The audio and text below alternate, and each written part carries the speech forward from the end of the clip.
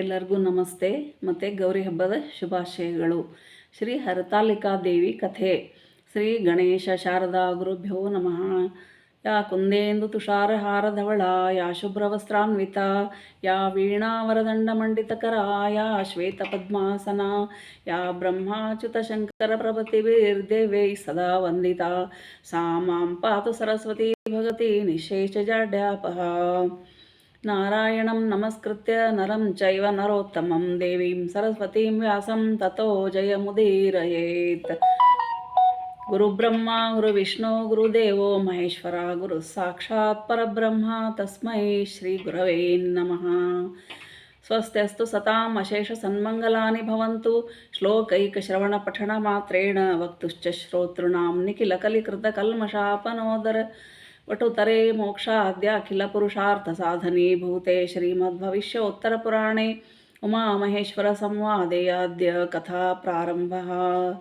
ನೈಮಿಷಾರಣ್ಯದಲ್ಲಿ ಸೂತರು ಶೌನಕಾದಿ ಬ್ರಾಹ್ಮಣರನ್ನು ಕುರಿತು ಹೇಳಿದ ಕಥೆ ಇದು.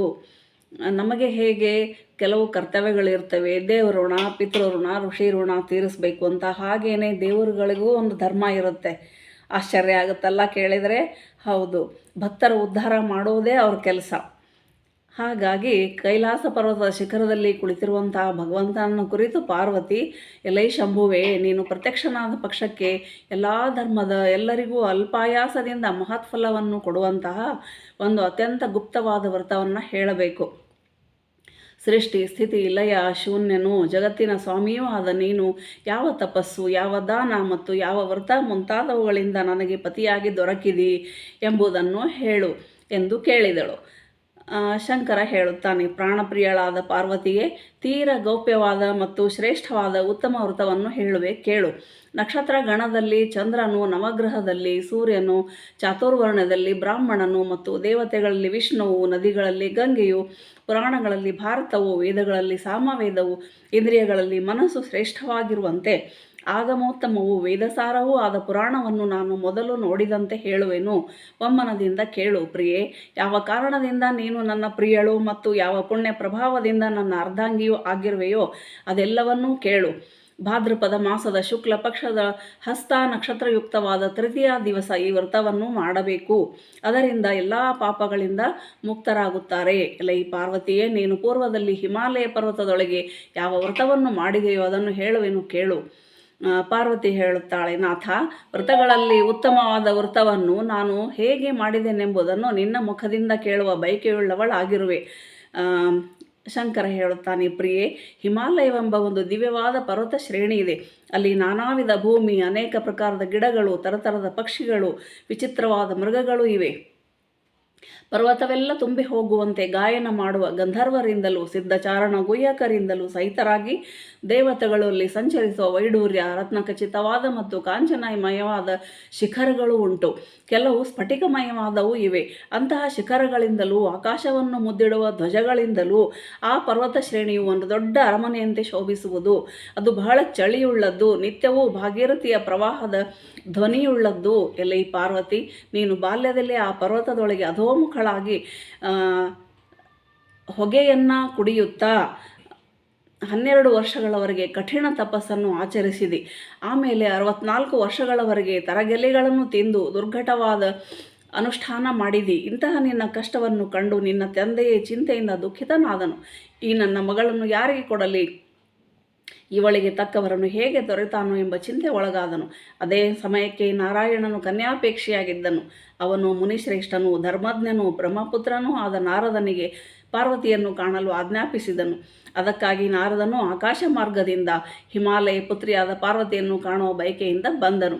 ಹಿಮಾಚಲನು ವಿಶಿಷ್ಟಾಸನವನ್ನು ಕೊಟ್ಟು ಅರ್ಘ್ಯ ಪಾತ್ರಾದಿಗಳಿಂದ ನಾರದನನ್ನು ಪೂಜಿಸಿದನು ಮತ್ತು ಅವನನ್ನು ಕುರಿತ, ಸ್ವಾಮಿ ಮುನಿಶ್ರೇಷ್ಠರೇ, ಏನು ಕಾರಣ ಬರುಣವಾಯಿತು? ತಮ್ಮ ಆಗಮನವು ಉತ್ತಮವಾದುದು, ಅದು ನನ್ನ ಭಾಗ್ಯದಿಂದ ದೊರಕಿತು. ನಾರದರು ಹೇಳುತ್ತಾರೆ, ಎಲೈ ಹಿಮಾಚಲನೇ, ನನ್ನ ಮಾತು ಕೇಳು. ಮಹಾವಿಷ್ಣುವು ನಿನ್ನ ಕನ್ಯೆಯ ನಿಮಿತ್ತವಾಗಿ ನನ್ನನ್ನು ಕಳುಹಿಸಿರುವನು. ಈ ಯೋಗ್ಯ ಕನ್ಯಾರತ್ನವು ಯೋಗ್ಯವರನಿಗೆ ಕೊಡಲ್ಪಡ್ತಕ್ಕದ್ದು. ತ್ರಿಮೂರ್ತಿಗಳಲ್ಲಿ ವಿಷ್ಣುವಿಗೆ ಸಮನಾದ ದೈವತವಿಲ್ಲ. ಅವನಿಗೆ ಕನ್ಯೆಯನ್ನು ಕೊಡುವುದು ಯೋಗ್ಯವಾಗಿದೆ. ಈ ಸಂಗತಿಯು ನನಗೆ ಸಮ್ಮತವಿದೆ. ಹಿಮಾಚಲ ಹೇಳುತ್ತಾನೆ, ಸಾಕ್ಷಾತ್ ವಾಸುದೇವನೇ ಕನ್ಯೆಯನ್ನು ಯಾಚಿಸಿದ್ದರೆ ತಮ್ಮ ಆಗಮನದ ಗೌರವಾರ್ಥವಾಗಿ ಕೊಡುವುದು ತಕ್ಕದಾಗಿದೆ. ಹಿಮಾಚಲನು ಸತ್ಯವಾದಿಯು, ಆತನ ಮಾತು ನಿಶ್ಚಯವೇ ಸರಿ ಎಂದು ತಿಳಿದು ನಾರದ ಮುನಿಯು ಅದೃಶ್ಯನಾದನು ಮತ್ತು ಶಂಖ ಚಕ್ರ ಗದಾಧಾರಿಯಾದ ಪೀತಾಂಬರವನ್ನುಟ್ಟ ಶ್ರೀ ವಿಷ್ಣುವನ್ನು ಕುರಿತು ಪ್ರಯಾಣ ಮಾಡಿದನು. ವಿಷ್ಣುವಿನ ಸಮೀಪಕ್ಕೆ ಹೋಗಿ ಕೈ ಮುಗಿದು, ಎಲೈ ಭಗವಂತ, ಕೇಳು, ನಿನ್ನ ವಿವಾಹ ಕಾರ್ಯವು ನಿಶ್ಚಿತವಾಯಿತು ಎಂದು ಹೇಳಿದನು. ಇತ್ತ ಆ ಸಮಯದಲ್ಲಿ ಹಿಮಾಚಲನು ಸಂತೋಷದಿಂದ ತನ್ನ ಕನ್ನಿಕೆಯಾದ ಗೌರಿಯನ್ನು ಕಂಡು, ಮಗಳೇ, ವೈಕುಂಠವಾಸಿಯಾದ ಸಕಲ ಸೌಭಾಗ್ಯಾತ್ಮ ಶ್ರೀದೇವಿಗೆ ಆಶ್ರಯವನ್ನಿತ್ತ ವಿಷ್ಣುವಿಗೆ ನಿನ್ನನ್ನು ಕೊಟ್ಟಿರುವೆ ಎಂದನು.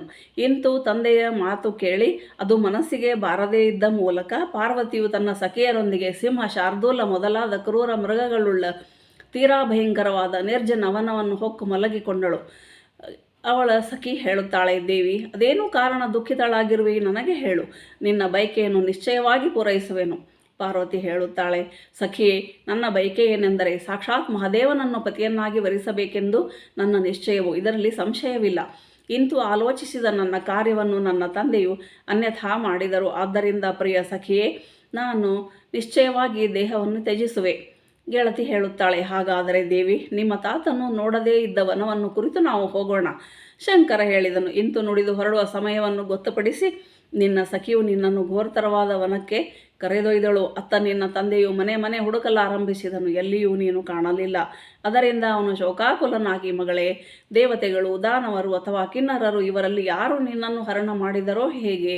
ಬ್ರಹ್ಮಪುತ್ರನಾದ ನಾರದರಿಗೆ ವಚನವನ್ನು ಕೊಟ್ಟಿರುವೆ, ಇನ್ನು ಆ ಗರುಡಧ್ವಜನಿಗೆ ಏನು ಕೊಡಲಿ ಎಂದು ಚಿಂತಿಸುತ್ತಾ ಮೂರ್ಛಿತನಾಗಿ ಬಿದ್ದನು. ಹಾಗೆ ಜನತೆಯು ಹಾಹಾಕಾರ ಮಾಡುತ್ತಾ ಅವನೆಡೆಗೆ ಓಡಿ ಬಂದರು. ಮೂರ್ಛಿತನಾದ ಕಾರಣವನ್ನು ಕೇಳಿದರು. ಆಗ ಹಿಮಾಚಲನು, ಜನಗಳಿರ, ನನ್ನ ದುಃಖಕ್ಕೆ ಕಾರಣ